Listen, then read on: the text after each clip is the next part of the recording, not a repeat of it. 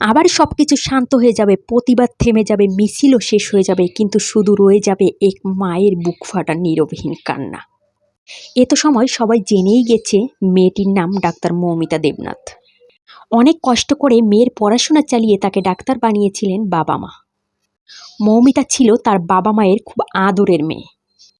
তার মা শখ করে মেয়েকে ডাক্তার বানিয়েছিলেন, শেষ বয়সে মেয়েই ছিল তাদের একমাত্র ভরসা। কিন্তু তার মায়ের একমাত্র ভরসা সেই মেয়েই মৌমিতা শেষ হলো এক নিমিষে। আরজি করে মেয়ের এই নির্মম মৃত্যুতে ভেঙে পড়েছেন নির্যাতিতা ডাক্তারের বাবা মা। এর পাশাপাশি ভেঙে পড়েছেন তার ডাক্তার প্রেমিকও। 1-2 বছর নয়, দীর্ঘ 13 বছরের প্রেম ছিল দুজনার। নভেম্বর মাসেই বিয়ের পিঁড়িতে বসার কথা ছিল তাদের। বিয়ের চূড়ান্ত দিন নির্ধারণ করার কথাবার্তা বলছিল দুই পরিবারের মধ্যে। তবে পরিণতি পেল না সেই 13 বছরের প্রেমের।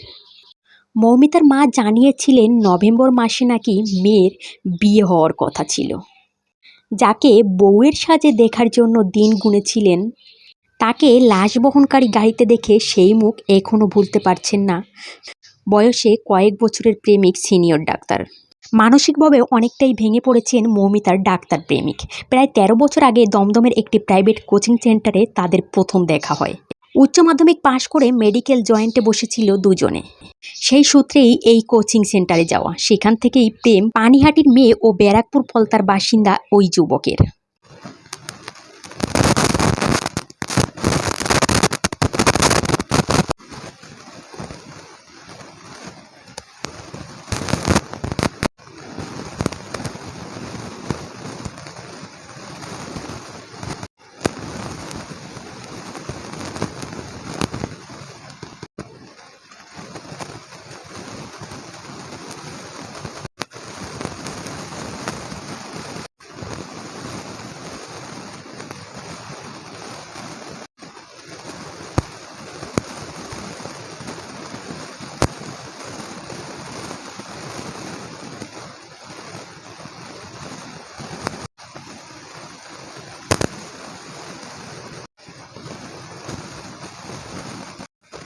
বিয়ের সানাই বাজার তোড়জোড় চলছিল, সেই বাড়িতেই এখন শোকের ছায়া।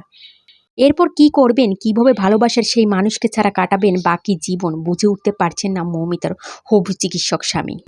যারা এই কাণ্ড ঘটালো তাদের নজিরবিহীন শাস্তি হোক, দাবি মৃতার শোকাহত প্রেমিক। আজ 15 আগস্ট স্বাধীনতা দিবস হিসেবে নয়, বরং বলা যায় রাস্তায় রাস্তায় ডাক্তার মৌমিতা দেবনাথের মৃত্যুতে শোক দিবস হিসেবে পালিত হচ্ছে। দোষীদের কঠিন শাস্তি হোক।